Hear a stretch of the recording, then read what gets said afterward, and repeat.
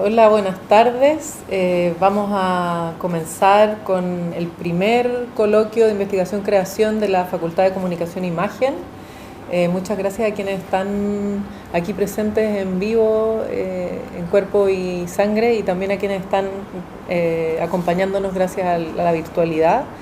Hoy Iván Pinto nos va a presentar una investigación en la que ha estado trabajando por los últimos años y que viene como a resumir un poco todo este trabajo, cuyo título es Documental Performativo en Argentina, Chile y Brasil 2000-2020, aristas, debates y casos.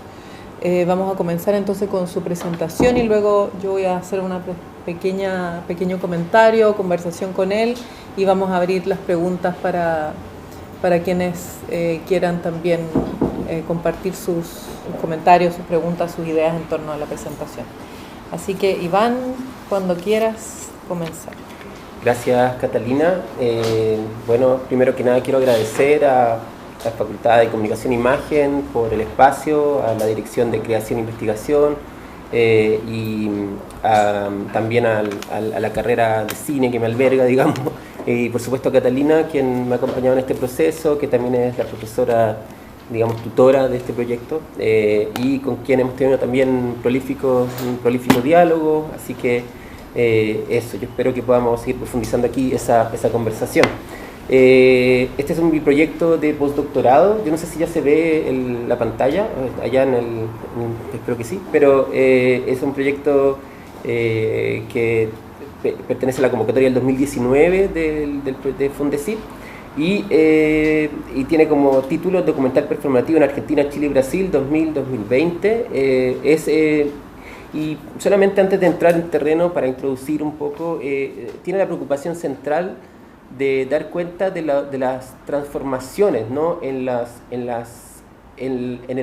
estéticas, lenguajes y operaciones documentales, las cuales, digamos, mi intuición no reciente, de hace bastante tiempo, es que lo que está sucediendo ahí, lo que se está moviendo al interior de ese territorio, tiene, digamos, efectos, ¿no?, vinculados a la propia naturaleza de lo documental, vinculado a las dimensiones justamente estéticas, éticas y epistémicas también, ¿no?, vinculado a la imagen documental. Entonces, como resumen, ¿cierto?, desde mediados de la década del 2000, ¿no?, surge en Brasil, Argentina y Chile un tipo de documental que pareciera, ¿no?, abrir taxonomías previas instaladas en las tradiciones del documental político, testimonial y subjetivo de las décadas anteriores. Y se trata de una tendencia que, si bien encuentra antecedentes en la larga historia del documental, hay hacia la segunda mitad de la década, particularmente desde el 2005 en adelante, 2004, con un año muy marcado, ¿no?, hasta el presente encuentra una recurrencia sobre todo mayor, ¿no?, obligando a complejizar el análisis de sus estrategias, retóricas y vínculos con la verdad documental. Entonces este proyecto buscó, ¿no es cierto?, presentar un marco de lectura para estas producciones sudamericanas a partir, digamos, que la propuesta de lectura es precisamente la propuesta del documental performativo, porque detrás, digamos, de esta nomenclatura, ¿no?, hay detrás una serie de debates, ¿no?, y tensiones que permiten de algún modo nombrar, ¿no?, algunos de estos desplazamientos, ¿no?, sobre la cuestión vamos a girar en torno a eso, en torno a la nomenclatura también del performativo, y después tratar de buscar los casos, ¿no? Voy rápido con esto porque quizás es como lo más metodológico, ¿no?, pero el objetivo entonces general consiste en analizar el cine documental performativo de inicios del siglo XXI en Argentina, Brasil y Chile, una tendencia, digamos, que se observa con claridad en este territorio, que tiene por lo demás también contextos históricos comunes también y procesos políticos también comunes, y no es casual quizás, ¿no?, que estos documentales emerjan justamente, digamos, de aquí, ¿no? Los objetivos más específicos son definir la categoría cinematográfica de documental performativo desde la discusión teórica y conceptual, mapear críticamente los filmes que se enmarcan en el concepto de documental performativo en Argentina, Chile y Brasil en el marco 2000-2020, analizar el corpus en términos de búsquedas epistémicas, ético-políticas y estéticas, distinguiendo los desplazamientos que materializan el contexto de la historia reciente documental sudamericano, y comprender el aporte, ¿no?, del documental performativo al cine documental y particularmente a la cultura visual, ¿no?, sudamericana, ¿no? Vamos a cerrar un poco en esta reflexión sobre la cuestión de la imagen, ¿no?, y la visualidad contemporánea, digamos, ¿cuál es el lugar? Un poco es la pregunta, ¿no? Y la hipótesis es que plantea que es posible identificar precisamente un corpus, ¿no?, de producciones cinematográficas en Brasil, Argentina y Chile que desplace y problematiza los recursos convencionales del cine documental para dar lugar a una diversidad de operaciones fílmicas que reflexionan sobre el estatuto contemporáneo de la imagen documental y sus posibilidades performativas para construir nuevos pactos epistémicos, ético-políticos y estéticos con el espectador. A modo de hipótesis como subordinada, sostenemos que el examen de la producción documental contemporánea de estos países, a partir de esta categoría, ¿cierto?, el documental performativo, permite poner en relieve las nuevas formas de expresión y la dimensión del sello político que ha marcado el derrotero cinematográfico sudamericano, ya no desde un compromiso militante, sino a partir de una multiplicidad de estrategias de desplazamiento, cuestionamiento y fricción de las verdades documentales. En cuanto al trayecto investigativo, digamos que centralmente han ido como pasando algunas cosas, han ido también emergiendo producciones y debates nuevos al interior del cine documental chileno, sudamericano, argentino, que también han enriquecido un poco, ¿no?, esta línea de trabajo con la que partí. A veces, cierto, pareciera ser que la categoría del performativo alcanza, otras dicen me queda un poco corto, ¿no?, pero bueno, pero más o menos me permite seguir trabajando. Y un poco desde aquí un poco la idea que fue saliendo es que este giro no es solamente una modalidad más, ¿no?, digamos una suerte de clasificación más, una taxonomía más dentro de ciertos tipos genéricos de documentales, como son, por ejemplo, las clásicas clasificaciones de documental en primera persona, o documental expositivo argumentativo, o documental interactivo, sino que más bien lo que trato de observar a través de este giro performativo es una transformación de los modos de operar desde las imágenes documentales, que excede también los acentos netamente subjetivos del documental, ¿no?, como la dimensión quizás más teatral de la puesta en escena documental, que también, digamos, es otra de las tendencias recurrentes, ¿no? Entonces yo trato de observar o pensar esas transformaciones, ¿no?, y tratar de observar quizás una suerte de, suena un poco ambicioso, vamos a poder discutir, pero en el fondo quizás una suerte de condición, ¿no?, performativa del documental. Bueno, ¿qué es el documental performativo? ¿Qué es lo performativo en el documental? Por supuesto que esto tiene una tradición de debates al interior de la lingüística y particularmente la filosofía del lenguaje, ¿no?, que tiene su origen, ¿no es cierto?, en un famoso texto, ¿cierto?, de Austin, ¿no?, Cómo hacer cosas con palabras, ¿no?, donde, digamos, se ha derivado de una discusión con muchas ramificaciones, ¿cierto? No vamos a situarnos, pero sí un punto de partida, ¿cierto?, en esta distinción entre los enunciados constatativos y los enunciados performativos, ¿no?, que para Fischer List, en un libro que se llama precisamente Estética del Performativo, estos enunciados no solo dicen algo, sino que realizan exactamente la acción que expresan, son autorreferenciales porque significan lo que hacen y son constitutivos de realidad porque crean la realidad social que expresan, ¿no? Es un poco el punto de arranque que, insisto, tiene ramificaciones. Por ejemplo, una ramificación muy, digamos, viva en este momento es por supuesto, la línea de estudios críticos de género, ¿cierto? Y la línea que viene trabajando Judith Butler hace ya 20 o 30 años respecto a los actos performativos o actos corporales performativos, ¿cierto?, que son constitutivos, ¿cierto?, de las construcciones de género, ¿no?, de la producción del género finalmente, ¿no? Entonces hay una ramificación del debate que ha dado como bastante línea. Otra línea, por ejemplo, tiene que ver con los estudios precisamente teatrales de la performance, ¿no?, que también ha ido constituyendo la línea de trabajo, entre otras, y nosotros estamos cercanos, por un lado, a esta teoría del documental, que ha propuesto una línea, ¿cierto?, de respecto a este documental, digamos, performativo, pero también, por ejemplo, a la propuesta, ¿no?, de una teoría de la imagen, ¿cierto?, desde la performatividad de la imagen, que también es algo que me parece que está ahora como bastante activo. Han habido centralmente dos entradas al documental performativo en la discusión anglohablante, centralmente, ¿no? Una es la de Bill Nichols, quien luego desde fines de los 80, ¿no?, establece su taxonomía, ¿cierto?, en 4 grandes modalidades, ¿cierto?, de representación documental a lo largo de la historia, que habían sido, por supuesto, el expositivo clásico, ¿cierto?, el interactivo, el observacional y el reflexivo. Son las 4 modalidades como históricas que él había definido hasta ese momento en el 88, y hacia el año 92-93 él plantea, ¿no?, esta como quinta modalidad, en realidad quinta y sexta después, bueno, en fin, que es justamente el de la modalidad performativa, donde él observa algo así como todo lo que es lo antagónico a lo que él consideraba históricamente lo que era el documental. Por ejemplo, algo así como estas tendencias donde se ve el contenido de la forma, ¿no?, la libre combinación de lo real y lo imaginario, ¿no es cierto?, la tensión entre performance y documento, entre lo personal y lo típico, lo corpóreo y lo incorpóreo, donde se subrayan aspectos afectivos y subjetivos, ¿cierto?, un conocimiento desde el cuerpo, ¿no? Él estaba observando, para hacer una nota a pie, ¿cierto?, cine como el de Ross McElwee, ¿no?, el de Trite Minha, entre otros cineastas que estaban precisamente, ¿cierto?, acentuando algo como esta cualidades documentales. Y algunas de las tesis a las que llega, ¿cierto?, es que la cualidad referencial del documental, que da testimonio de su función como ventana al mundo, digamos, pasa a dar lugar a una cualidad expresiva que afirma una perspectiva personal situada y encarnada y vivida de temas específicos, ¿no?, incluyendo particularmente la posición del cineasta, ¿no?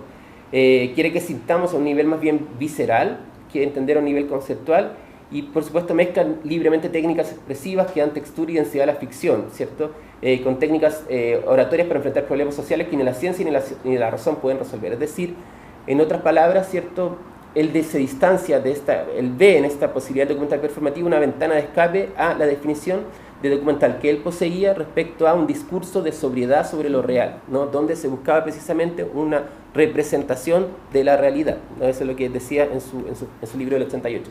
Y acá un poco tensiona esa idea. Y lo presenta como una quinta modalidad.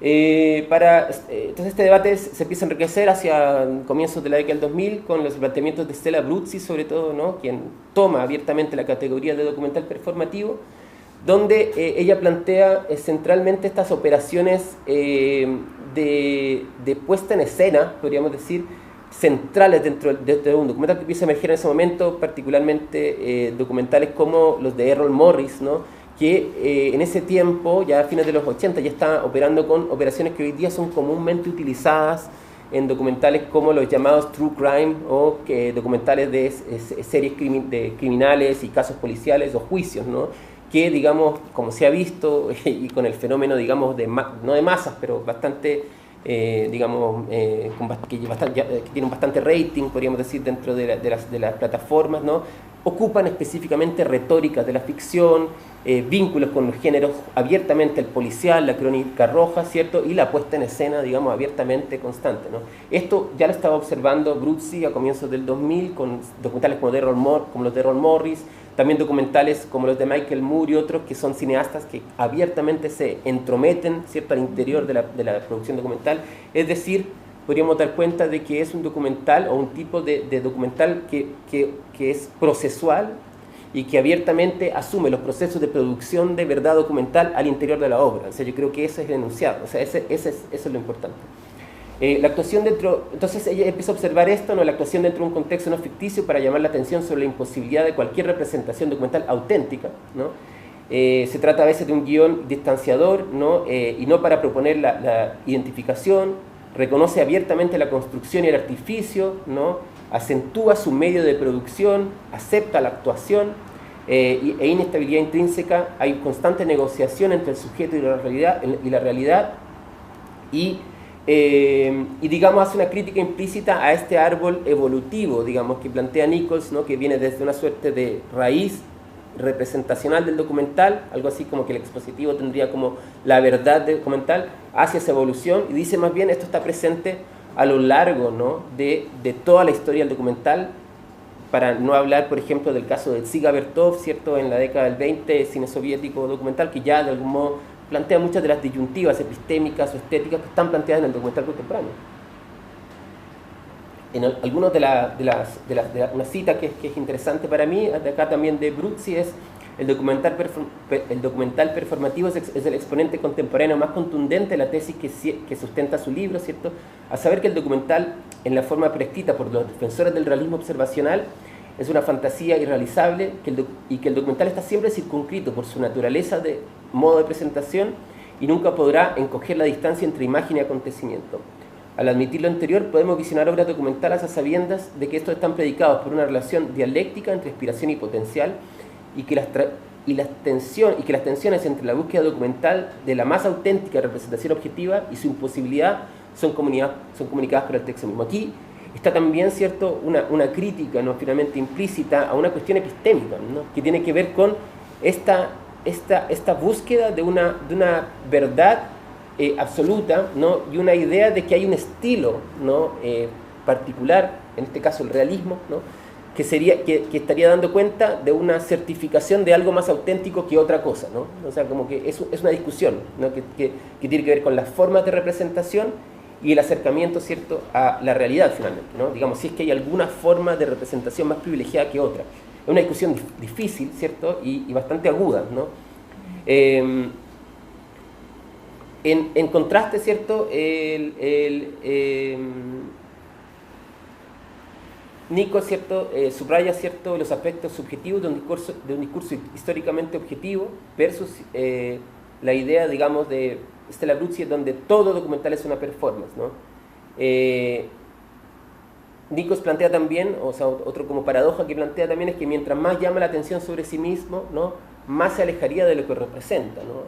Y acá hay una suerte de ideal, ¿cierto?, de que el cine directo representaría, ¿no?, la realidad en su máxima fidelidad, ¿no? Una suposición realista, ¿cierto?, que escamea su proceso de producción. El tema del cine directo merece una nota aparte, porque precisamente los procedimientos documentales del cine directo en la década 60-70 está dividida, ¿no?, su lectura entre ciertos teóricos que han defendido que precisamente ese es el mecanismo de acercamiento a la realidad más casi puro, podríamos decir, y otros que dicen lo contrario, ¿no?, que lo que se observa en el cine directo es precisamente el proceso de producción del propio documental. Los nuevos documentales performativos, al contrario, ¿cierto?, presagian un concepto muy distinto de la verdad documental, uno que reconozca la construcción y artificialidad que incluso origen en una película no ficción. Esto es lo que está al núcleo nuevamente, ¿no? La imagen documental, ya haciendo hincapié quizás en el ámbito sudamericano, ¿no?, y observando las transformaciones, ¿cierto?, pero en rigor, ¿cierto?, habría pasado de las ideas miméticas, representacionales y duplicadoras de la realidad, ¿no?, solamente como entendidas como representación analógica, ¿no?, hacia una pregunta, ¿cierto?, acuciante por su materialidad, su mediación y su especificidad como medio. En ese sentido, hemos querido dar, en torno al que hemos llamado un giro performativo, una condición oscilante y a la vez contingente e inestable, del cual sería, digamos, difícil salir ileso del propio documental. Se tratará entonces de poner una relación productiva con estas imágenes al momento de considerarlas como medios discursivos, tensionando las propuestas más bien ilustrativas y contenistas de lo que había sido el documental tradicional hacia zonas problemáticas de alta densidad material y textual.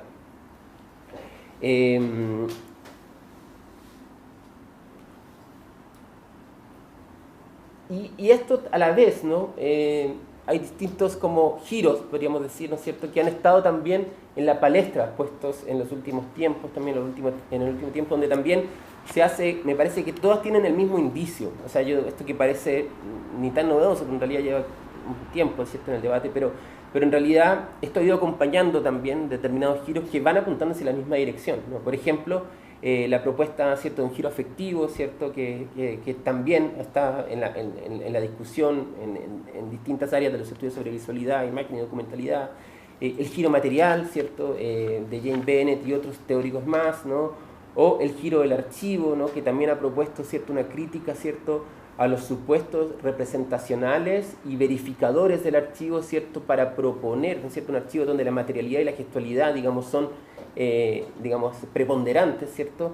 Y nosotros justamente estamos pensando en esto también, en todas estas otras transformaciones, ¿cierto?, digamos, en las discusiones, ¿cierto?, donde creemos que entra, ¿cierto?, perfectamente esta propuesta del documental performativo, ¿sí? Entonces interrogamos la noción de imagen documental en un terreno más bien más ampliado de debate, donde estas dimensiones epistémicas, éticas, epistemas estéticas y políticas presentan una transformación del cine documental desde lógicas representacionales a políticas sensibles, donde la imagen se comprende no como reflejo o mímesis, sino como un modo de hacer, como un medio material que afecta y construye su entorno, ¿no? Como otro apunte que también me pareció interesante acotar ahí, es más bien una distinción que establece Diana Taylor en una nota a pie, ¿no?, pero que Diana Taylor es una de las como también teóricas culturales de la performance y una de las fundadoras de los llamados Performance Studies, ¿no? Que digamos está situada en este planteo de centralmente de los actos corpóreos, ¿no? Que constituyen ritualidades específicas en contextos culturales, ¿no? Como por ejemplo la performance política, ¿no? En Chile, por ejemplo, la dictadura, ¿no es cierto? Son como elementos que ella observa, ¿no? Pero ella distingue también entre lo performativo y lo performático, ¿no? Y dice, ahí hay como un punto de separación donde el uso del término performático se usa más bien para denotar la forma adjetivada del aspecto no discursivo de la performance, mientras que el término performativo tiene que ver más bien con elementos lingüísticos y discursivos, ¿no? Ahí está el cruce, ¿no? o el punto de separación entre la cuestión de lo performativo propiamente tal, en cuanto a enunciado, enunciación, lenguaje y producción finalmente, y la performance como dimensión más bien teatral, de puesta en escena, ¿cierto? Y tal.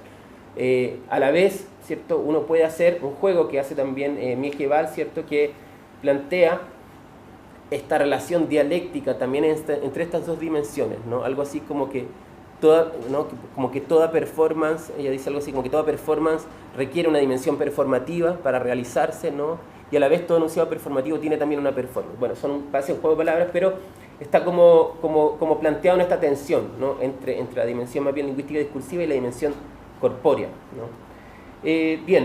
Algunos antecedentes también que a mí me han ido llamando la atención desde el año 2004 para acá, ¿cierto? Con mucha claridad, algunas películas clave aquí. Por ejemplo, en el 2004, la película de José Luis Torres Leiva, Ningún lugar en ninguna parte, ¿no? Donde José Luis Torres Leiva establece un documental sobre la imposibilidad de hacer un documental. O sea, empieza a ser una suerte de registro de un espacio, pero lo que pone en entredicho de algún modo empieza a ser una suerte de apunte y empieza a poner las propias operaciones de la producción documental al interior. No es un documental que se va como deshaciendo a sí mismo en la medida que va operando. Nunca hay como una retórica argumentativa clásica, ¿no es cierto? O una idea de progresión, suspenso, desarrollo, ¿cierto? Un documental, ¿no? Tampoco hay un personaje, en fin, hay un montón de cosas que no están, y más bien lo que vamos viendo al interior del documental es como el propio documental deshaciéndose en sus propias operaciones, ¿no? O, por ejemplo, en el 2004, un documental, ¿cierto? De Christian Leighton, también chileno, que se llama El Corredor, ¿no? Donde Christian Leighton, haciendo un retrato de El Corredor, que es un oficinista, ¿no? que es un digamos, corredor digamos, un runner, lo que hoy en día es un runner, ¿no? Pero un runner obsesivo, ¿cierto? Que tiene su vida cotidiana en una oficina, ¿no? Grisácea, en el centro, y él está obsesionado con correr, y con romper su propio récord y con llevar al límite su propio cuerpo, ¿no? Y lo que hace también ahí Christian Leighton es como que saca la voz off, saca cualquier tipo de cosa como de adorno, podríamos decir, discursivo, ¿cierto? Argumental, para centrarse, ¿cierto?, en la producción corpórea, ¿no?, del propio corredor, centrándose netamente en esa materialidad y en esa fuerza física de ese personaje, ¿no?, en ese agotamiento, en ese límite también con el cuerpo que se observa a lo largo de la película, ¿no? Es otro antecedente en 2004. Y otra que para mí también en Chile es como uno de los motores de este trabajo, ¿cierto?, es por supuesto El astuto mono Pinochet y Contra la moneda de los cerdos, de Bettina Perutti y Vanas Novikov, donde ellos ahí chasconean bastante el documental, ¿no? Es un documental que en el marco de los 30 años del golpe, ¿cierto?, ellos se van a filmar a niños, ¿cierto?, de distintas clases sociales, de distintos estratos, ¿cierto?, distintas sketch, ¿no?, que ellos hacen en torno al golpe y en torno a lo que le han dicho en el fondo sus papás del golpe o el colegio, ¿no? Y un poco tuercen, ¿no?, esta dimensión entre la dramaturgia de los directores, ¿cierto?, la puesta en escena, ¿cierto? Hay también hay situaciones abiertamente de actores de teatro, ¿no?, que en el fondo a partir de una situación X, un asado, ¿no?, se ponen a discutir y como que traspasan la actuación, ¿cierto?, a un nivel como casi de violencia y virulencia, en fin. Mezclan todas estas cosas. Bueno, son 3 casos en Chile que son como todos medio del mismo año y que son bastante llamativos, ¿cierto?, porque tensionan bastante este formato más clásico. Con respecto a Argentina y Brasil, sobre todo, el caso clave en Argentina es del 2003, ¿no?, un año bastante cercano, que por supuesto es el documental Los Rubios, un documental ya canónico en el documental sudamericano y argentino que se ha escrito y se ha echado mucha tinta, pero centralmente, ¿cierto?, es un documental sobre la performatividad de la memoria, ¿no?, donde, digamos, Albertina Carri, ¿cierto?, también constantemente está dando cuenta del artificio documental. Hay un personaje que es una actriz, que está enunciada como actriz, ¿cierto?, que representa a la propia Carri. Entonces el documental está desdoblado en las operaciones con la propia actriz, ¿cierto? Hay elementos de puesta en escena, ¿cierto?, como momentos erráticos del documental que están asumidos, ¿no?, como propiamente, como casi errores, ¿no?, distintas dimensiones de la narrativa, en fin, un montón de elementos que son propiamente parte del documental performativo. Y en el caso brasileño, el gran maestro Eduardo Coutinho, ¿no?, que también, digamos, un cineasta que había hecho documentales testimoniales, de entrevistas, documentales donde ocupó muchos recursos del cine directo, termina haciendo un juego, ¿no?, hermoso, que es Juego de Escena, ¿no?, donde él juega también con los límites del espectador al poner tanto testimonios reales como actrices y actores representando sus testimonios, ¿no? Entonces tiene un juego donde el espectador tiene como que identificar un poco, ¿no?, cuál es el límite un poco de la verdad documental a partir de estos juegos, justamente estos juegos de escena que hace Coutinho, ¿no? Estos son apenas unos estilos, ¿cierto?, algunos casos, de los casos. Y aquí yo me abro un poco, no sé cómo estoy ya del tiempo, estamos ahí, yo me abro un poco y decir, bueno, algunas otras itinerarios, algunos otros caminos, algunas otras performatividades puestas en juego en el documental sudamericano contemporáneo, algunas ideas también, ¿no? Por ejemplo, la idea de Andrea Soto Calderón en el libro La performatividad de las imágenes, ¿no?, precisamente un libro que trata sobre esta dimensión también productiva de las propias imágenes, donde las imágenes no son solo objetos de representación, sino que también algo más, ¿no? Podríamos decir, dice ella, que lo estructural de lo performativo no es tanto su capacidad afirmativa que subsumiría su gobernanza a la lógica proposicional, sino su capacidad autogenerativa que se daría desde operaciones diversas. Lo que haría específico entonces de sus palabras es menos la lógica de la representación de otra cosa que la conformación de una realidad específica, ¿no? Patrick Baudet, también es otro teórico de la imagen, señala, ¿cierto?, las imágenes, ¿cierto?, no están necesariamente bajo condición de la representación, que pueden ser, y a menudo, otra cosa, además de configuraciones características reconocibles y normativas bajo el imperativo de la forma, y que pueden ser prefiguraciones también o visiones de otros mundos, o incluso aproximaciones de lo informe e indicios dinámicos de la apertura de fuerzas que trabajan en el mundo vivo y los medios materiales, ¿no? Son algunas ideas que para mí fueron motor también, ¿no?, para entender quizás otros pasos, ¿no?, dentro de esta performatividad, entendiendo esta dimensión performativa, esta dinámica propia de las propias imágenes, estas materialidades quizás en movimiento, plásticos que están a veces en juego interiores de la imagen, y algunos aristas o casos, ¿cierto? En el caso que había mencionado, ¿cierto?, sobre los archivos performativos o archivos inestables, ¿no?, donde el archivo se vuelve no solamente un objeto nuevamente, ¿no?, de representación que está eludiendo un objeto específico, ilustrando un discurso, sino que también se pone su propia materialidad, mediación, su propia tecnología, ¿no es cierto?, se pone como en primer plano, ¿no?, por sobre el enunciado, podríamos decir incluso, ¿no? Entonces, se trata también, se le ha llamado también un archivo afectivo, ¿no?, comprendido menos como el depositario de un contenido de representación que una forma de pensamiento que deriva del cuerpo, que explora la naturaleza de nuestra inversión afectiva y que tiene el potencial para sacarnos más allá de los confines de nuestro carácter y nuestros modos de percepción habituales. Entonces, desde ahí, ¿cierto?, algunos ejemplos muy proliferantes en este momento en el cine documental sudamericano, chileno, argentino, en fin, El silencio es un cuerpo que cae, de Agustina Comedi, Esquirlas, de Natalia Garayalde, son dos películas donde, por ejemplo, el soporte, el registro video, ¿no?, en el caso de Agustina Comedi, también fílmico, que recuerda a su padre ausente, y Esquirlas, que es un documental sobre una explosión que hay de artefactos explosivos en Tres Ríos, en Argentina, ¿no? Están todas mediadas por el propio soporte. Toda la película está contaminada y enunciada desde el propio soporte, digamos, fílmico, ¿no? Casi no hay afuera de eso, ¿no? Cinema Novo, por ejemplo, Eric Rocha, un homenaje que hace el hijo de Glauber Rocha al Cinema Novo, basado solamente, no es un documental, digamos, evidentemente discursivo, sino que más bien es una suerte de celebración del archivo y del gesto estético y poético del Archivo de Cinema Novo, ¿no? Visión Nocturna de Carolina Moscoso, ¿cierto? Que es un documental que rescata los archivos, los registros en VHS, en realidad en video, no VHS, de un periodo como de autocomprensión y resiliencia, ¿no? Que ya había sido, digamos, es una película que trata el tema de la violación, ¿no? Pero ninguno de esos archivos habla abiertamente del tema de la violación, sino que más bien parecen ser como reflexiones a posteriori, ¿no? Y estados de subjetividad donde... Documentalidad en cine, teatro y literatura, pensando justamente documentalidad como reconocer procedimientos. De Anita Leandro, ¿no? En fin, son como puntos en común de esta historia y son muchas veces archivos y películas que están reflexionando sobre esa historia, sobre las subjetividades, también sobre los hijos, ¿no? En fin, donde se transita en este terreno de la posmemoria, ¿no? En el caso de Agustina Comedi, Nicolás Prividera, en el caso argentino, en el caso chileno Magdalena Aguiló, ¿cierto?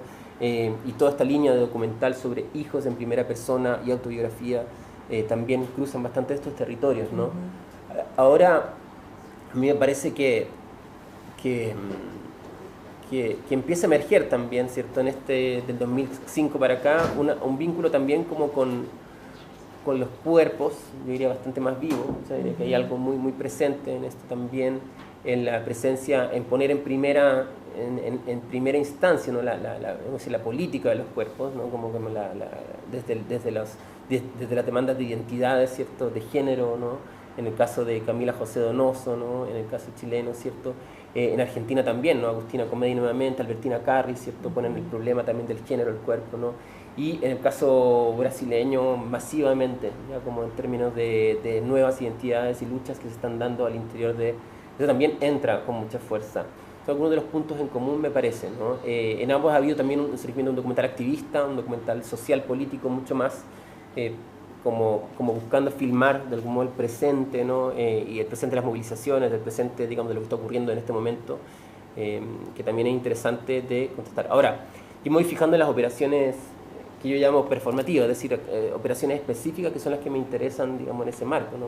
Pero hay puntos en común. O sea, el documental político ha tenido como, si uno hiciera un dibujo y un esquema, digamos, hay bastante procedimiento y lugares, me parece, de diálogo y comunicación, ¿no? Así que, bueno, no sé, por ahí. Otro punto en común, que pensando ahora, con respecto a estos como sujetos y autopuesta en escena, ¿no? Ahí hay también puntos en común. Por ejemplo, el caso de Manuel Abramovich es uno que en Argentina está trabajando con sujetos y autorrepresentaciones. El caso de en Brasil, ¿cierto? De Iley Queiroz, que trabaja con los personajes que vienen de una realidad marginal como es Tailandia y que él también juega a que si ellos se autorrepresentan al interior de la película, ¿no? Con sus propias historias muchas veces y jugando con los límites de la ficción y el documental. Y en el caso chileno, el que ya mencioné, José Luis Sepúlveda, de Carolina Driasola y Claudio Pizarro también, ¿no? A veces que también trabajan con estos elementos de autopuesta en escena, en fin, de personajes. Entonces, como que hay puntos en común, y yo creo que, por supuesto, a partir de las realidades y los contextos como histórico-políticos, como de largo y cercano alcance, ¿cierto?, que se vienen dando en todos estos países, ¿no? En estos tres países, ¿no? Después hay puntos de diferencia, pero ya son otros puntos de diferencia. Hay dos cosas que, a propósito de lo que estabas diciendo, me gustaría como también subrayar para seguirlas como desenredando, desenmarañando. Y una tiene que ver, para que no se me olvide, voy a nombrar las dos porque estoy con muy mala memoria últimamente. Entonces, una tiene que ver con la política, la agencia, y otra tiene que ver con la ficción. Voy a dejar la ficción guardada y voy a pasar a esto del activismo, lo político, la aparición, ¿no?, de los cuerpos. Y esto como performático, la tensión y al mismo tiempo también, tú lo explicaste muy bien así, ¿no? Como hay una diferencia en esto como performático y performativo, pero al mismo tiempo también se puede leer como un cruce, como algo que dialoga. Y en ese sentido, claro, hay una cuestión ahí como con esto performático del aparecer de los cuerpos en el espacio público, de transformarse en alguien, y cómo la cámara da cuenta de eso o registra eso. Pero al mismo tiempo también cada imagen como con sus posibilidades performativas. Estoy pensando también en lo que me parece a mí como un gran aporte, lo que hace Ana Soto Calderón, ¿no? Con esto de la performatividad de las imágenes en una tradición bien rancieriana, no sé cómo tendría que decirlo, de Jacques Rancière, ¿no? Que también es reivindicar el hacer de la imagen sin necesidad de que esté puesta en ese lugar de acción, ¿no? Como mirar es una acción también, pero lo que plantea Andrea Soto es que además la imagen misma actúa. Y eso me parece a mí también muy interesante como de revisar en las distintas películas, en cómo ocurre en unas más ancladas en eso performático, en esa corporalidad, en ese aparecer, en esa puesta en escena, y también en la posibilidad de que la imagen misma actúe en el mundo, sin necesidad de ser una acción concreta, ¿no? Sino que ser ella misma es ya un dispositivo, ¿no? De transformación. Sí, pues ahí interesante esto de, a propósito de eso mismo, esta idea de que no hay, porque un poco está la idea del exceso de imágenes, ¿no? Y un poco lo que dice ahí, que es bonito para pensar, ¿cierto? Que no hay exceso de imágenes, sino que hay ausencia de imágenes, sí. ¿no? Que eso es bonito, ¿no? En el fondo es como tratar de invertir este supuesto como de que no, es muy clásico de la filosofía, la teoría crítica, decir, bueno, no, hay un exceso de espectáculo, un exceso de todo. Se imagina y decir, en realidad faltan imágenes. Claro, hay muchas imágenes, pero son de lo mismo. Claro. Hay una repetición, ¿no? Claro. Como, claro, estamos llenos de imágenes, pero ¿qué están diciendo? Entonces, ahí está, bueno. Hay muchas bueno, ahí está faltan. la pregunta para mí de la función documental, ¿no? Es decir, que me parece que esa es la performatividad documental, así como en sí, ¿no? Como poder encontrar elementos que no han sido pensados o vistos o mostrados, ¿no? De esa manera, y dan algo nuevo a partir de su operación y su virtualidad. Y que no necesariamente es lo mostrado como tal, no es la representación tal cual, ¿no es cierto? Sino que más bien tiene que ver con una operación, ¿cierto? Cinematográfica, documental, a través del montaje, ¿cierto? Y tal. Y en ese marco, o sea, perdón, porque aquí estoy obsesionado con el tema de la inteligencia artificial últimamente, y el tema de las imágenes, las películas automáticas que se empiezan a hacer, que no sé qué, bueno, en fin, en ese marco, ¿no? Volver a pensar en esto, o sea, ¿qué es ahí, ¿no? Una imagen documental o una imagen cinematográfica a la larga, ¿no? ¿Cuál es el rol, cierto, de un cineasta, ¿no? Con conciencia política, estética, ¿no? ¿Qué va a pasar ahí o qué pasa ahí, ¿no es cierto? Pasamos a defendernos desde un lugar como más bien tecnófobo, es decir, no me voy a meter ahí, o más bien voy a entender que también la cuestión de la programación ¿no? Ahí hay un problema nuevo que emerge y que habrá que ver cómo se le hace frente. En un periodo como, ¿no? de clara crisis, o sea, ¿no? de respecto a la producción de imagen, ¿no? Estamos viendo ya que las películas son en un 50% a veces hechas, ¿no? con inteligencia artificial, con efectos. Entonces, es sumamente interesante pensar ahí el documental y interesante pensar de que esa condición de la producción de imagen nueva no dependa específicamente, ¿no? como del soporte del registro analógico, sino que más bien de otro problema, ¿no? Que es un problema más bien de la operación, ¿no? En el ámbito de la operación. Sí, y tirando de ese mismo hilo, ¿no? Voy a lo que te quería preguntar respecto de la ficción, porque también me parece como esa oposición, ¿no es cierto?, como documental-ficción, también es muy forzada finalmente. O sea, el documental necesita de la ficción, así como la ficción del documental, pero sobre todo estoy pensando en de qué manera muchas veces ciertos hechos, ciertos temas necesitan de esas operaciones ficcionales para hablar mejor de aquello que quieren decir, ¿no? Como esa idea de que mientras más directo el registro, ¿no? más cierto es, darlo vuelta completamente y decir no, como mientras más operación hay, mientras más trabajo hay ahí de imaginar esa ficción, un poco también pensando en la idea de imaginación material, imaginar esa ficción, llevarla a cabo, le hace más justicia a aquello de lo que quiero hablar. Qué bonito. Se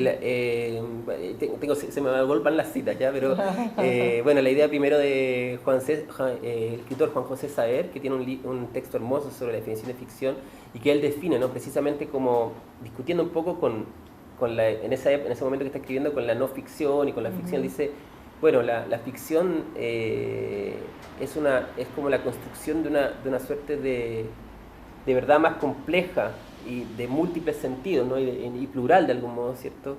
Que es una vía de acceso a esa verdad, ¿no? Una verdad más compleja. La clásica cita de Lacan, ¿cierto? La verdad tiene forma de ficción.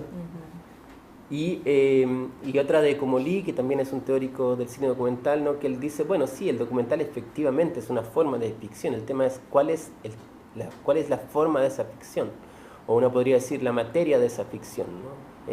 Y hay un tema, ¿no? Con la ficción, en la medida que no la entendamos, o sea, como que nuevamente vayamos a creer que la ficción es solamente, ¿no? Como la fábula argumental, ¿no? Claro. Porque ahí también está el problema, o sea, que también ahí está como esta idea de caemos como en el otro, ¿no? Como todo es ficción, todo es como el Humberto Eco, ¿no? Todo pasa a ser todo es como polisémico, ¿no? Y todo por ende es proliferación y es textual, vivimos en un mundo de textualismo. No es el giro lingüístico, ¿no? Pero me parece que no estamos en el giro lingüístico, estamos en otro giro, que es justamente este giro donde las dimensiones de lo real, lo material, lo corpóreo, ¿no? Están como dando vueltas también. Entonces, ahí está ese problema, es cómo enganchar, podríamos decir, retóricas, discursos con estas dimensiones de la acción, del cuerpo, la materialidad, ¿cierto? Cómo pensar eso, ¿no? Ese resto material, si quieres, a la cual también pertenece el cuerpo, podríamos decir, ¿no? Sí, hay una disputa, ¿no? Epistémica entre, ¿no? Estas dimensiones podríamos decir, del giro lingüístico, discursivo, y estas dimensiones, digamos, del retorno, del giro material, el retorno de lo real, si quieres, no sé, donde quieras instalarlo, ¿no? Y hay como un límite a eso, o una pregunta que está ahí, que por eso a mí me interesa también la zona del documental como trabajo, porque me parece que es el lugar donde parte de estas preguntas pueden tener un aterrizaje muy concreto, ¿no? En operaciones audiovisuales, ¿no? Sí. Eso, pero bonita la entrada.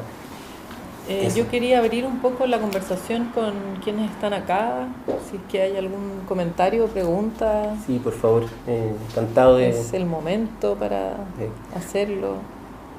Si están muy tímidos, puedo seguir preguntando yo. Pueden estar en desacuerdo absolutamente con todo lo que dije, puede ser todo, digo, al revés. Sí, por favor, si hay también algo, no sé si hay redes, están pendientes ahí, no sé si hay alguien conectado también. Yo estoy aquí atenta por si Minka me avisa, pero no me ha dicho nada, así que súper dispuesto. No sé si hay preguntas online. Preguntas, comentarios, súper bienvenidos. Les voy a dar tiempo para que piensen, a menos que haya en este momento una mano que quiere salir y no puede. Sobre el archivo, hablar un poco más sobre la presencia del archivo, como más allá de lo obvio, ¿no? Que tiene que ver como con desarmar esa idea de como una prueba de veracidad, una información, ¿no? Que se viene como a verificar a partir de este documento, de este objeto. ¿Qué hace el archivo en documentales como estos que has estado estudiando? Si es que hay como cosas más específicas. Sí. Absolutamente.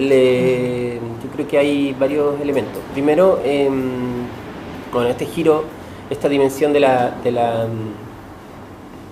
cuenta de la ausencia. Yo creo que eso es una marca interesante. Que más bien ese archivo, aunque está presente, está como presente en su propio límite, ¿no? Y no necesariamente como la idea de que va a dar cuenta de una totalidad, de un otro, de una presencia o de un pasado. Yo creo que ahí hay una marca, ¿no? Y ahí se distancia del uso de archivo quizás más institucional o quizás incluso más totalizante, ¿no? Del tipo, el archivo funciona como la ilustración de, sino que más bien este archivo tiene fallas, tiene ausencias, tiene una vida material en sí misma, una reposición, ¿cierto? Una idea de reponer también efectivamente y escuchar o ver de vuelta ese archivo. Me parece que también es algo en las películas de Jonathan Perel, ¿no? En las películas de la Teresa Redondo, Las Cruces también, ¿no? Reponer el archivo, dar espacio para esa escucha, dar espacio para esa zona. El cuestionamiento a su verdad también, en el documental de Tiziana, por supuesto, sobre Tierra Sola, ¿no? Que también ahí hay un cuestionamiento a esos dispositivos del archivo construidos históricamente en la historia del cine y cómo se ha representado un otro, por ejemplo, ¿no? La dimensión e incluso el juego con lo que François Caillat, un cineasta, también denominaba el archivo encontrado, pero también el archivo fabricado, ¿no? La idea de que el archivo no solamente era ese objeto, sino que también se podía producir, jugando como con la idea de que, como confundiendo el soporte, ¿no? El soporte de la propia película que está haciendo en presente con ese archivo, ese juego, ¿no? Con la materialidad propia. Me parece que también hay operaciones que van por ahí, ¿no? Estoy pensando, el salto anacrónico, ¿no? La idea de que por ejemplo, Nunca subí al Provincia, ¿no? En el caso de Ignacio Agüero, más reciente, también, ¿no? Como ni siquiera avisar, ¿no? Que estás cambiando, no solamente no poner un letrero, sino que no avisar y saltar de un momento a otro un archivo que era fílmico a VHS del 2000, a una cosa de 1950, a no sé, realmente hace una locura con el tema del archivo y saltando en cualquier momento, y tú tienes que estar atento como a ver de dónde viene esa imagen, ¿no? Entonces necesitas una atención, un foco de atención, una mirada específica para entender qué es lo que se está poniendo en juego ahí, porque si no, no entiendes nada, ¿no? O sea, es como un poco lo que pasó cuando se estrenó No, de Pablo Larraín, que obviamente hubo debates súper interesantes, todo, pero que algunos decían, bueno, pero este documental, ¿no? O esta película que es ¿no? Como que, claro, como se confundía el archivo Matic con el tratamiento de la propia peli y se indistinguían permanentemente, como que la película era confusa para muchos espectadores, obvio, claro, si la película buscaba también esa confusión. Entonces también esto pasa en los documentales, ¿no? Es decir, como que hacer estos saltos, que de repente hay que estar como atento, ¿no? A ver esas inscripciones, están como enfocado a un espectador que tiene que leer el código que se está presentando, ¿no? Entonces también es un archivo muy legible en ese sentido, muy de leer el proceso. Anacronismos tecnológicos también en ese sentido también, ¿no? La idea del salto tecnológico, la idea de que estas tecnologías que están como en desuso vuelven a aparecer, ¿no? Y hay un salto ahí también en la percepción, ¿no es cierto? En el régimen de la mirada. En fin, son como algunas operaciones así que han estado ahí presentes en el documental. Súper. Quizás podríamos, no sé, mientras yo hablaba, yo pensaba, ¿no? que quizás podía ser mientras yo hablaba, podríamos mostrar alguna cosa. Este es el astuto mono Pinochet, un pedacito muy chico. Eso, no sé si hay... grande o no, o más grande, decía como... No sé, ya, ahí está. Sí, por favor. ¿Eduardo quiere decirlo? Voy a echar encima las décadas de juventud acumulada que tengo, porque al escuchar no pude dejar de evitar recordar debates, y no quiero decir con ello que el debate no sea interesante, ¿no? Debates de los 80, la época de la vanguardia, la escena de avanzada, etc. Y de los 90, especialmente porque lo que pareciera ver en juego, ¿no? es el título de una ponencia que después se convirtió en un artículo, un libro que fue relativamente importante, llamado Videocultura de fin de siglo, ¿no? La pregunta es, ¿de verdad o de mentira? Ese es lo que está en juego. Eso es lo que está en juego. Si la cultura moderna nos prometió, y lo desarrolló en muy distintos ámbitos, el cine, el periodismo, etc. Este debate cabe en el periodismo entre la crónica, ¿qué es lo que es la crónica periodística y qué es la diferencia de la crónica literaria, por ejemplo? Y eso viene de fines en 1900, es decir, cuando aparece la crónica como un género muy importante. Entonces, la relación entre la verdad y la mentira, bueno, ese autor que es italiano, ¿no? La remonta a la época de los griegos, ¿no? Y al teatro, ¿no? Es decir, aquello que nos permite incluso jugar, ¿no? El juego de las reglas o las reglas del juego, ¿no? Y supuestamente, no afirmo eso, ¿no? Pero supuestamente la cultura moderna dijo: yo sé separar esas cosas. Claro. ¿no? El carnaval, por ejemplo. O sea, yo en el carnaval me puedo, el rico se disfraza de pobre, el pobre se disfraza de rico, qué sé yo, un tipo puede andar desnudo por el paseo más, no pasa nada, digamos, ¿no? Porque estamos en carnaval, ¿no? Todas las reglas están alteradas.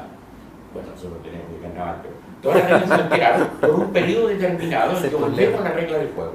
No puedes andar desnudo, no puedes hacer esto, no puedes hacer lo otro. La idea era que la cultura moderna había logrado, ¿no?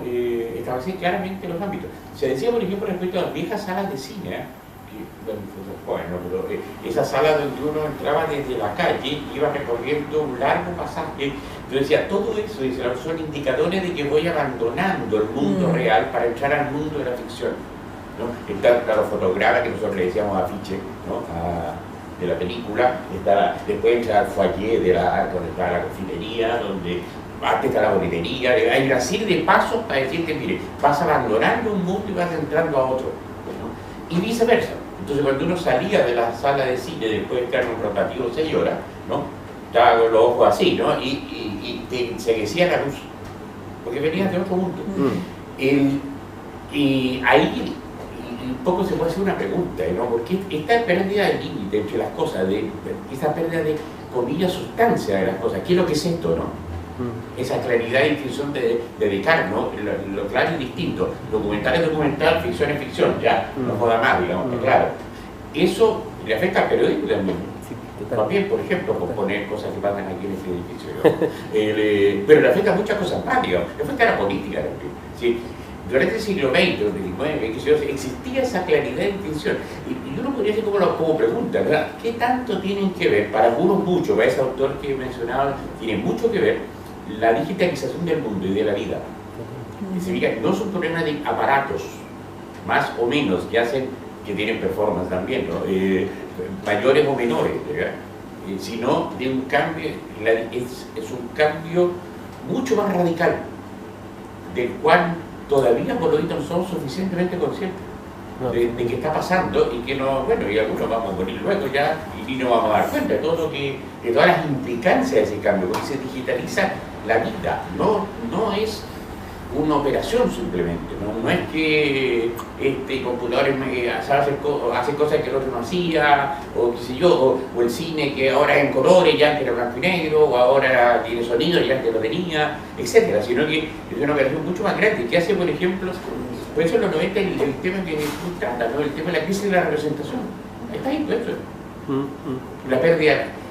En esa época se hablaba así, yo creo que era una exageración, no es la pérdida del referente, sino la transformación del referente.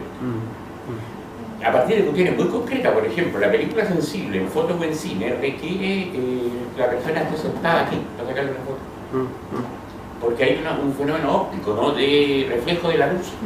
Ahora, uno de los tan antiguos como fines de los 60, en la escuela de periodismo y en el laboratorio de fotografía le enseñan a hacer chamuito con eso, enseñan los trucos de cómo hacer para que tapando con la ampliadora, tapando una parte del papel y después el otro, entonces con dos negativos puede hacer aparecer juntas dos personas que no estaban juntas.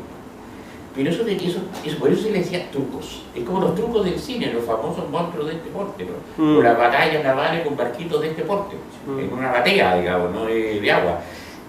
Y por eso la palabra truco, es decir, truco en el sentido que se puede alterar un poco lo real, pero al final lo real es lo real, ¿no? Y esa especie de fe casi, ¿no? Lo real es lo real, ¿no? Va a durar hasta que llegue la digitalización, que te va a decir todo puede ser verdad y todo puede ser mentira. No es posible establecer indicadores, es decir, un indicador que le diga esto es verdad, esto es mentira, esto es realidad, esto es ficción, esto es juego de las reglas y esto es reglas del juego. Y aparentemente eso es lo que provoca, bueno, en esa época con Santón, pero hablando 100 años atrás, llamamos el estallido de las formas. Yo diría el estallido de los géneros y de los formatos. Estallamos, ¿verdad? Es múltiple. Cuestión que pasa, por ejemplo, en esa época uno tenía claro, por ejemplo, en televisión, la diferencia entre una serie televisiva, que normalmente la hacía la televisión estadounidense, ¿no? Qué sé yo, voy a decir cosas muy antiguas, ¿no? Bonanza, por ejemplo, ¿no? O cosas así, ese tipo de serie. Y otra cosa es la telenovela. De nuevo, ¿no? De nuevo los límites claritos, o sea, esto es esto, esto es esto. La telenovela no es lo mismo que una serie. Y se podría establecer una serie de razones que se pueden escribir y decir, mire, la telenovela tiene esto, esto y esto, y la serie no tiene eso, tiene esto otro. Por lo tanto, esa es una serie y esta es una telenovela. Hoy día las plataformas mediáticas que trabajan ficción audiovisual y lo único nombre posible es ese, lo más genérico, donde hay de todo. Tú no puedes decir, mire, que no, es que es una telenovela, no es una serie, no es una serie de 8 episodios, hacemos una temporada o no, o hacemos 2 o no, en una, estoy pensando en series como Sitiados, por ejemplo, Sí. tuvo el Nico, el Sitiados, primera temporada, son mapuches, son españoles, muy buena serie, yo he analizado, trabajado, y la temporada 2 son ingleses y son unos pueblos originarios cualquiera, nadie sabe cuáles son, digamos, ¿no? Son un estereotipo de pueblos originarios y son ingleses los conquistadores. Si tú puedes decir, entonces claro, ese Sitiado no, pues se tiene que pegar, y se pega bastante a los relatos de la conquista, de los cronistas españoles, eso ¿qué es lo que es? ¿Es medio documental histórico?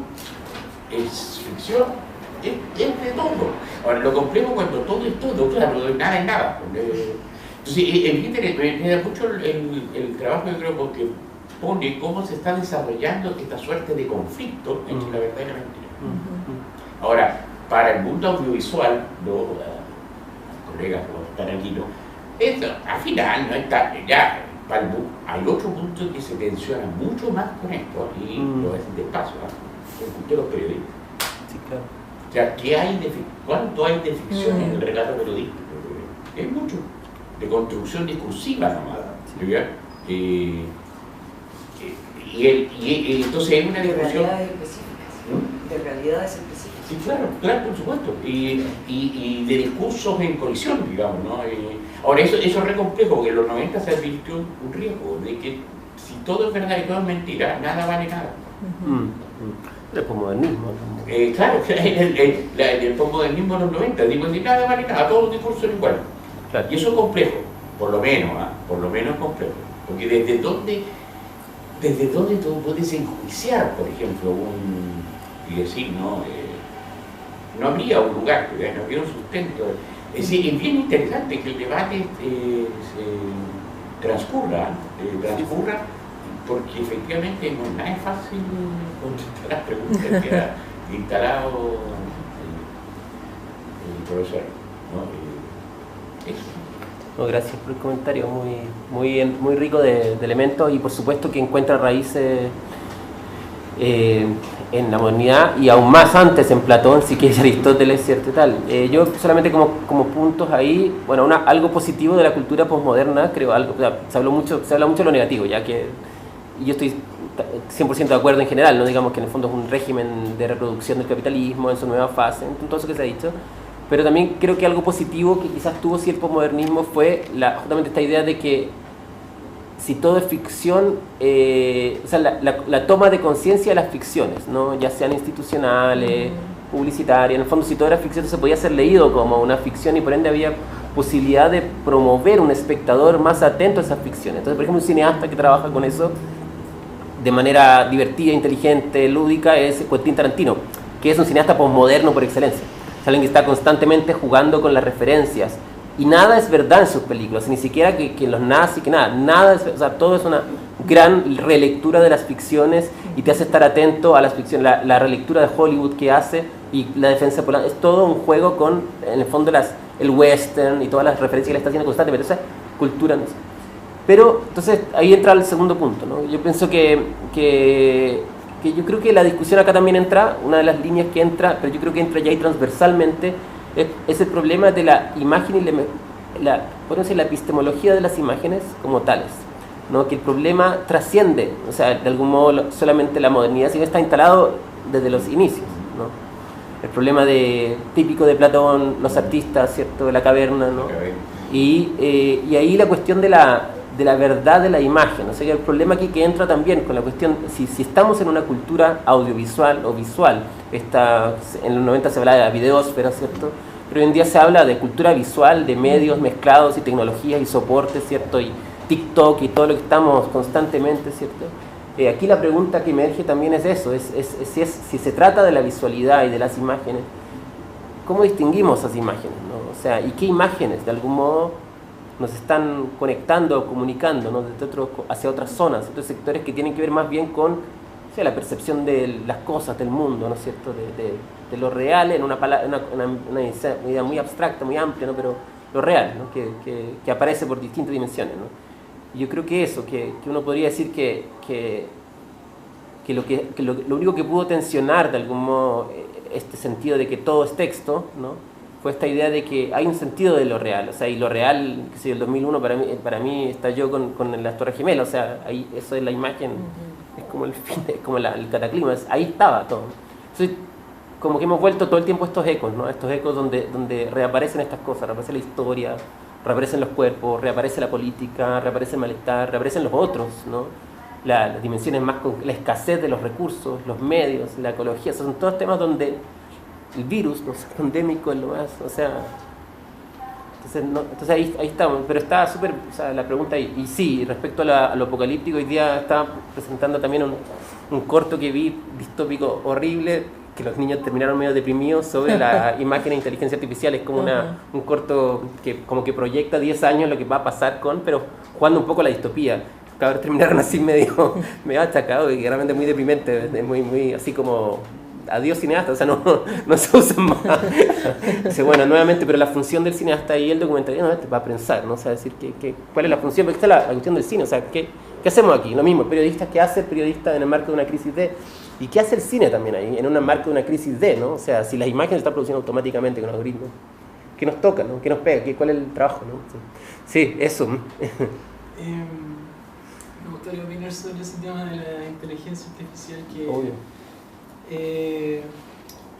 A ver, había visto un documental que era como sobre los videojuegos y ahí también, por otro tema, otra línea aparecía eso como de, claro, bueno, la imagen, el cine, viene como todo lo, como el cine de animación 3D, entonces como, se va a acabar como, claro, esto, como acercamiento a lo más real, lo tácito, pero al final la inteligencia artificial es otra herramienta que se puede aprender a utilizar. Claramente tiene sus pros y contras como toda tecnología, pero en el fondo, claro, es como la máquina o el ordenador, se llama así porque es una máquina a la que uno ingresa y uno le da órdenes para que cree o ejecute ciertas acciones, y la inteligencia artificial está anclada a eso. El tema es como aprender a utilizar las herramientas de los algoritmos, que en este minuto se nos hace un poco más complejo como quizás entender, siendo que lo utilizamos día a día, o sea, está en nuestras vidas constantemente con el celular o en la plataforma de streaming, pero yo como no lo veo tan apocalíptico quizá, porque es algo como lo que se ha enfrentado siempre las artes en general, como a los nuevos medios, a los nuevos como los soportes, como siempre va a existir ese choque al principio, pero las nuevas generaciones aprenden igual a surfear esta nueva ola. Eso es lo que pienso yo. Está bien, ojalá se viene una ola. No sé qué, si alguien tiene más alguna otra pregunta, comentario, súper bienvenido. Ya estaríamos cerrando. Estamos ya en la última oportunidad. Les cuento, última oportunidad. Yo tengo una pregunta. Yo sé que es como desde los 2000, ¿no? O sea, es como contemporánea tu revisión, pero ¿qué pasa con este corpus, digamos, de cosas que han ido saliendo, cosas que ha ido constatando, digamos, en la investigación, pero con respecto a, por ejemplo, las llamadas los videoarte, por ejemplo, en los 80, ¿no pasaría eso a, en el fondo, no llamarse videoarte o no una cosa de nomenclatura, pero en el fondo sería otra cosa con esta óptica, ¿no? Ya no sería una obra del mundo de las artes visuales, sino que estaría mucho más cerca del documental, de alguna forma, ¿o no? Sí, está bueno. Pregunta con recado, así, con sobre. Ya, es que de partida el tema del videoarte, para mi percepción, tuvo como una inscripción muy precisa en Chile, alimentada por un momento político, cultural, que es muy anómalo para Sudamérica en ese momento, en los 80s, o sea, incluso fue en Chile particularmente, en ese marco y en ese contexto donde poetas, performers, artistas, escritores, pintores, todo el mundo sintió con derecho a tomar una cámara de video y hacer su propia pieza de videoarte a su pinta, ¿no? Y así, o sea, como veíamos ahora los videos de Sole Fariña, de Marcela Serrano, de un montón de gente increíble, maravilloso, autobiográfico, precioso. Entonces, como para inscribirlo un poquito, porque no es tan abstracto, ¿cachai? Como que es un periodo, entonces es una tendencia, emergió en Estados Unidos, en Francia, un poco en Alemania, ¿no? Estos tipos vinieron a Chile, hicieron cosas, ¿no? Algunos puntos de conexión, pero fue una cultura audiovisual muy potente, muy propia, ¿no? En un lugar donde no habían escuelas ni institutos profesionales, todavía 100%, estaba el Arcos, no estaban en algunos lugares, pero en realidad mucha gente llegaba y tomaba su cámara, y entonces era un lugar como inestable y a la vez también, en ese contexto, que más bien fue en los 80s y particularmente en el franco chileno, se dieron puntos de encuentro muy interesantes también de distintas disciplinas, como por ejemplo son el propio documental social o el video alternativo comunitario, el video arte poético, el video contrainformacional, en fin, se dieron cita a todas estas cosas. Entonces, ¿cómo ordenar esto? ¿Cierto? O sea, porque uno puede decir que existieron formas avanzadas, ensayísticas, poéticas, ¿no? Que tienen mucho de esto que estamos llamando documental performativo. Totalmente, absolutamente, claro. Sin embargo, ahí yo me pongo pragmático y digo, bueno, pero lo que llamamos documental es nada más que no es una naturaleza, ¿cachai? No es una naturaleza, ¿no? Sino que es una comunidad de practicantes. Una comunidad de practicantes que, para mi criterio, asume que eso que van a ver en ese territorio es lo documental y que se autodefinen como documentalistas y que sucede en espacios de circulación donde, comillas, esto se da. Y de ahí se mueven los límites, ¿no? Un poco desde ahí se van corriendo los límites. Por ejemplo, tu película en el año 2004, ¿sí? Que es un video, una película autobiográfica y poética, fue rechazada por el Festival de Documentales por no ser considerada un documental. Entonces, me parece sumamente interesante eso. O sea, en ese sentido, tu película fricciona el campo en ese momento y obliga a abrir el campo, ¿cierto?, de esta comunidad de practicantes para entender que hay otros lenguajes que están cercanos. Ahora, en rigor, el problema epistémico audiovisual de la imagen como tal, la imagen poética, la imagen experimental, si quieres, digamos, en la raíz, el problema es el mismo, es el conocimiento a través de ese medio y ese recurso y ese dispositivo, ¿no?, de exploración, que hay que pensar y generar como tradiciones o relecturas, ¿no? Yo lo veo como antecedentes, o sea, veo como antecedentes todos estos. Pienso que en el fondo estas, comillas, anomalías, por ejemplo, el Chalconzón chileno de Carlos Flores del Pino en 1976, o las películas juguetonas entre el documental y la autopuesta en escena de Sergio Navarro, o las obras autobiográficas de Marilú Malete y Angelina Vázquez, que son documentales en primera persona, donde la autopuesta en escena es muy relevante, o Descomedido de Chascones también, o alguna cosa de Pedro Chaskel, en fin, vamos a seguir. Son antecedentes relevantes, ¿no? Son antecedentes relevantes para este territorio que estamos, son antecedentes, o sea, efectivamente son piezas que van constituyendo un espacio y que a veces se cristalizan en ciertos fenómenos, ¿no? Como en este caso, estos documentales más exploratorios y tal. Me parece interesante cómo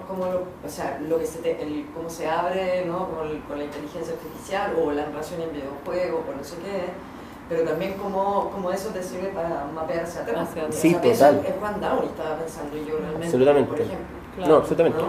Como siempre hubo como que la performatividad estaba como circunscrito a las artes visuales. Sí, total. De alguna forma, ¿no? Entonces cuando eso se abre, ¿no?, y efectivamente lo que tú decís, como que el momento súper preciso que se da en los 80 acá también, porque el documentalismo de alguna manera se infiltra. Sí, también en el video arte para poder, sobre todo, estar en el chileno francés, ¿no? Absolutamente. Poder tener ahí un intercambio de trabajo, digamos. Sí, total. ¿Ah? Y un paraguas.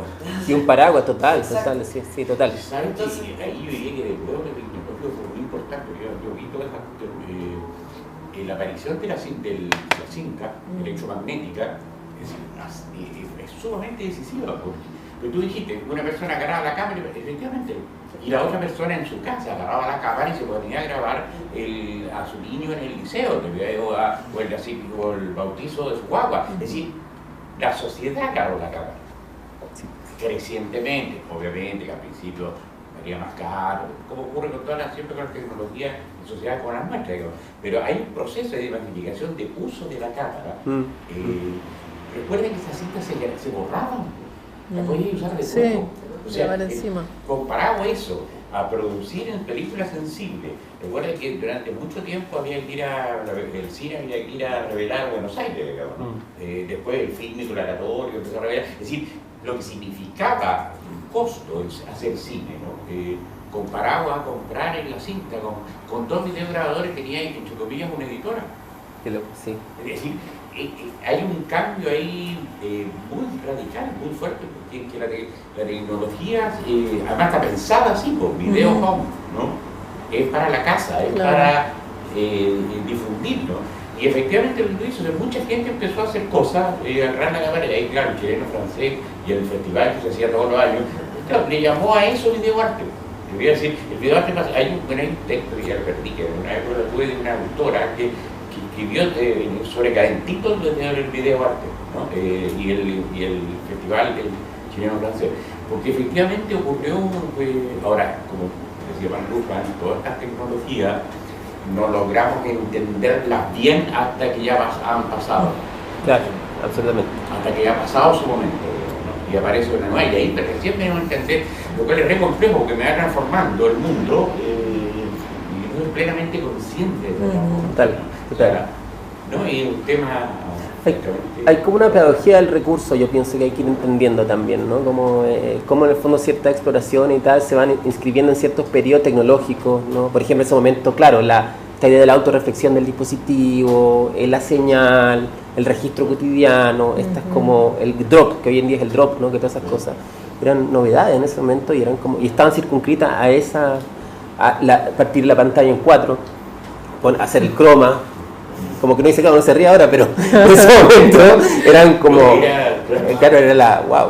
Entonces también hay como una pedagogía, ¿no? Como del recurso, ¿no? Del aparato, no sé. Claro. Eso. Sí, estamos como súper en la hora. Gracias a todos por asistir, gracias por las preguntas y comentarios. Y nada, bueno. Muchas gracias. Gracias a todos, gracias, Minka. Gracias. ¿Tengo que hacer una despedida? No. Gracias a todos.